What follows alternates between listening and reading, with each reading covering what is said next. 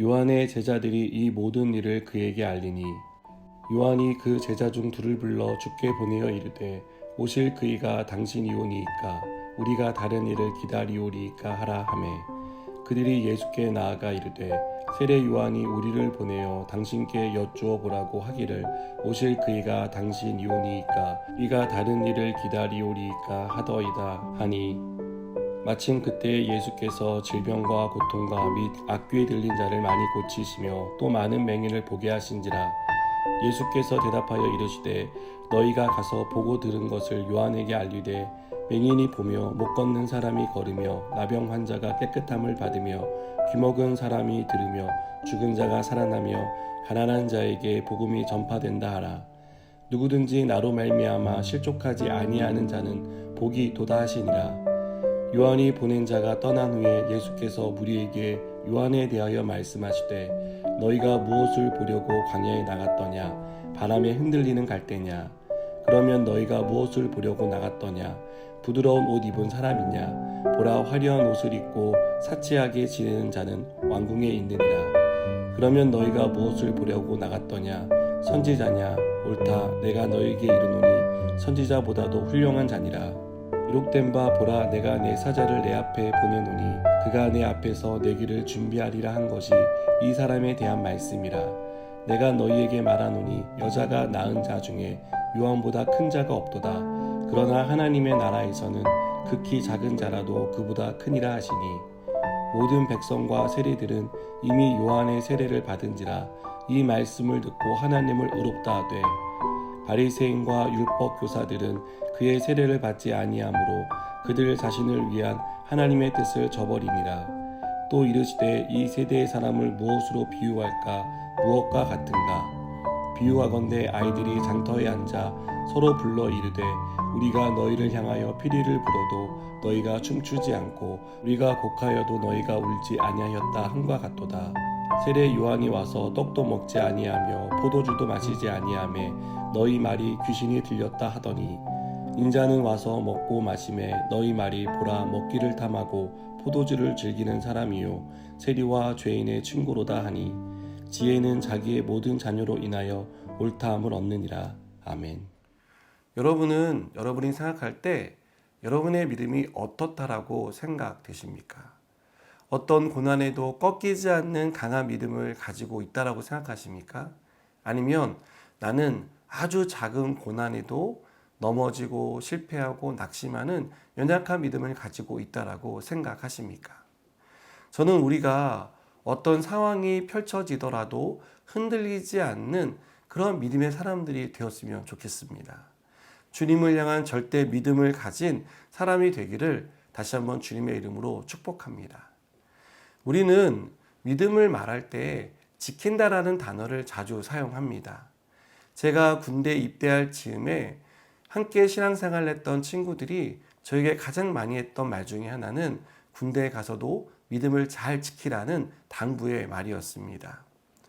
우리는 믿음을 지킬 수 없는 상황에 빠지게 된다는 것을 알기에 이런 말을 하는 것이라 생각합니다.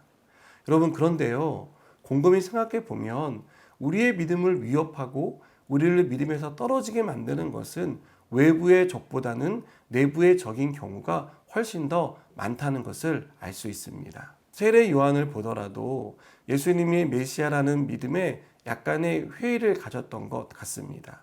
세례 요한은 헤롯 안티파스의 미움을 받아서 감옥에 갇혔습니다. 감옥에 있던 세례 요한은 두 제자를 예수님께 보내 그가 궁금했던 질문을 하게 합니다. 그 질문의 내용은 예수님이 기다리던 메시아이신지 아니면 우리가 다른 메시아를 기다려야 하는지를 묻는 내용이었습니다. 이 질문에 예수님은 병으로 고통받는 자, 귀신에 사로잡힌 사람들이 나음을 입고 있다라는 것을 말씀하십니다.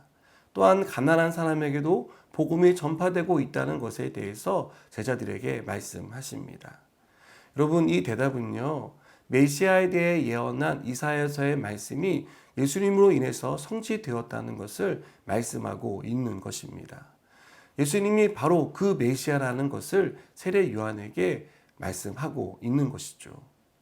그리고 이어서 예수님은 예수님 시대의 사람들이 얼마나 완악한 마음을 가지고 있는지를 말씀하십니다. 이들은 피리를 불어도 춤을 추지 않고 곡을 해도 울지 않는 그런 완악한 마음을 가지고 있었습니다.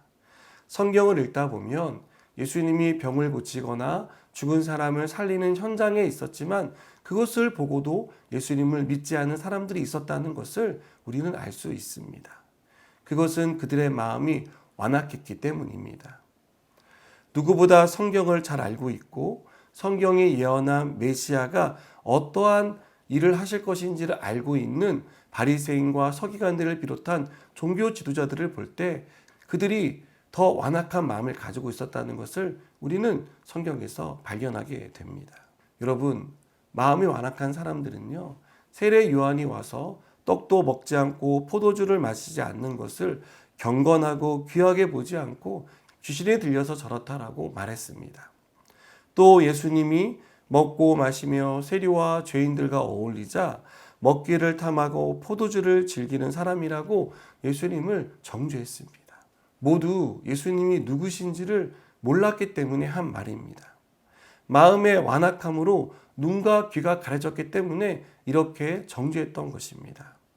여러분, 우리의 믿음을 위협하고 치명적인 내상을 입게 하는 것은요, 바로 이 완악함입니다.